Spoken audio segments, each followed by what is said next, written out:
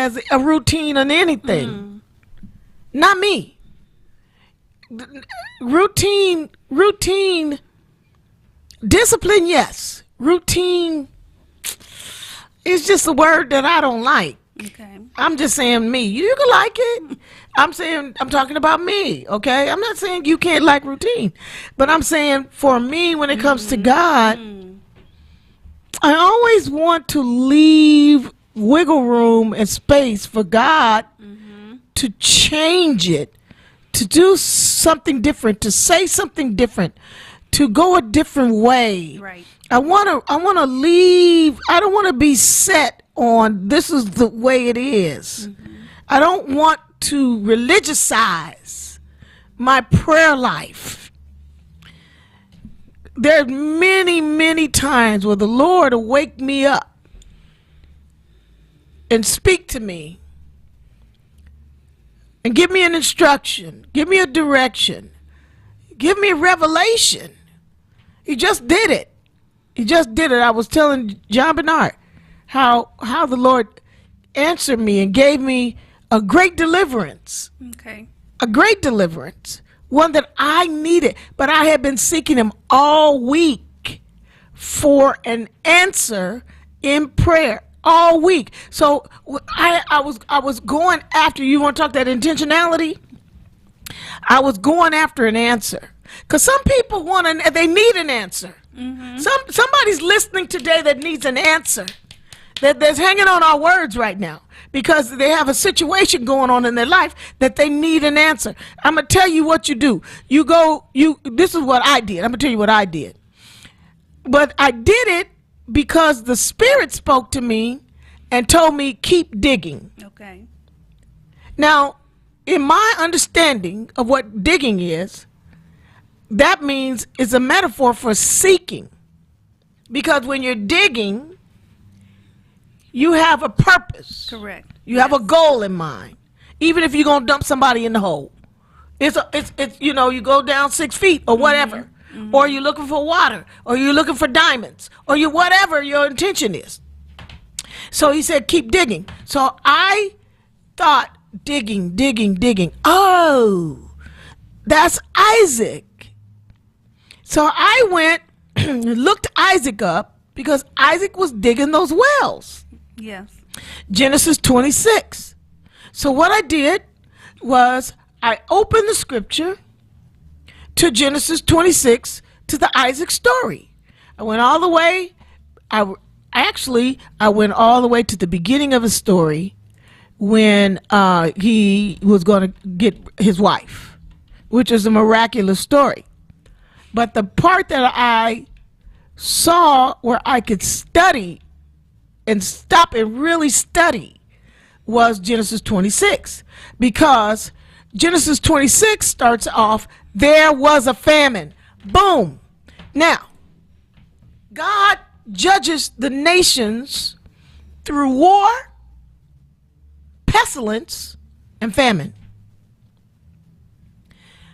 And so when I see famine, oh, that's a God act.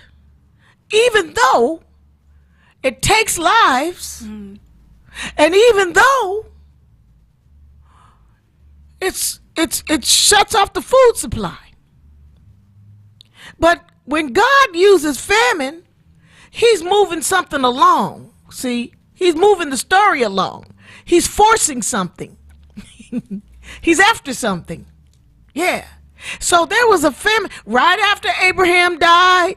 Because Abraham got married again. Did y'all know Abraham got married again after Sarah died? He did. Her name was Keturah. And he had I think it was 5 boys. I think Keturah was black too. But anyway, I just like to put that in there. So anyway, do you know Abraham didn't leave those boys nothing? He gave everything to Isaac. Abraham was a trip. I mean, God rest his soul. I don't mean no disrespect. But Abraham was something else. And don't forget, he tried to kill Isaac. God had to stop it. I'm just saying. Isaac was probably scared of him. But I'm telling you, famine, that Genesis 26 starts off with famine. That let me know God is moving. God is not a feeling in church, y'all. Stop reducing God to human standards. He's so much more than a feeling in church. And we need to understand who God actually is. He created a whole famine. And the famine made Isaac have to move from where he was, and he went over to Gerar, or the Philistine area. That's more coastal. Okay. Abraham had done the same thing. Now, when Isaac first went, God met him and told him, don't go to Egypt. Don't go to Egypt looking for water. Stay right here. Stay right here, and I'm going to be with you, and I'm going to bless you, favor you. So I can say, Isaac was like, okay, cool. He stayed there. Now, here we go. Isaac is there with Rebecca. Rebecca must have been fine like Kim Kardashian, because Isaac thought, I better tell these people that she's my sister so they won't kill me to get her. Didn't God just visit you and tell you he was with you and he was going to favor you? So why are you self-protecting? He's self-protecting because he hadn't had experience yet. He got the visitation. See, one visitation from God is not enough. Now, I'm trying to help you get an answer, but I'm trying to show you the process it takes to be in a posture to get an answer and to worship. You don't just get wham, bam, thank you, ma'am, snap, snap, overnight responses from God. You got to dig, baby. You got to dig. You got to dig in. Okay. So after some time, Abimelech happened to oversee Isaac fondling Rebecca, and he says, hey, Abimelech being the king, he says, you told her that's your wife. Why did you tell her she's your sister? And he told him, because I didn't want y'all to kill me for her. So Abimelech says, hear ye, hear ye. Anybody that touches Isaac or Rebecca was going to die. Now you know that was God.